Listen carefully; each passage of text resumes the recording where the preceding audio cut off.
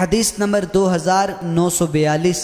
حضرت نافع رضی اللہ تعالی عنہ بیان کرتے ہیں کہ حضرت عبداللہ ابن عمر رضی اللہ تعالی عنہ نے ان سے بیان کیا کہ رسول اکرم صلی اللہ علیہ وسلم جب مکہ مکرمہ تشریف لاتے تو ذی طوا میں اترتے اور وہاں رات گزارتے حتیٰ کہ صبح کی نماز وہیں ادا کرتے، اور نبی اکرم صلی اللہ علیہ وسلم کا مصلی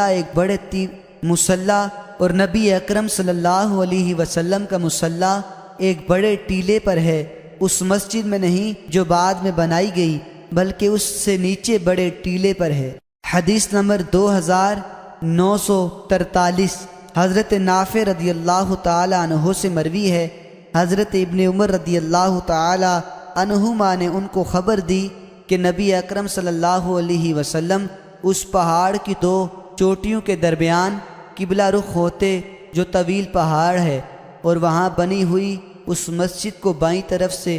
طرف کرتے جو ٹیلے کے کنارے پر ہے، اور رسول اکرم صلی اللہ علیہ وسلم کی جائے نماز کے سیاہ ٹیلے کے اس سے نیچ پر تھی کنارے، آپ ٹیلے سے 10 ہاتھ یا کم و بیش چھوڑ دیتے، پھر اس طویل پہاڑ کی دونوں چوٹیوں کے درمیان قبلہ رخ ہوتے جو آپ کے اور کعبہ شریف کے درمیان ہے۔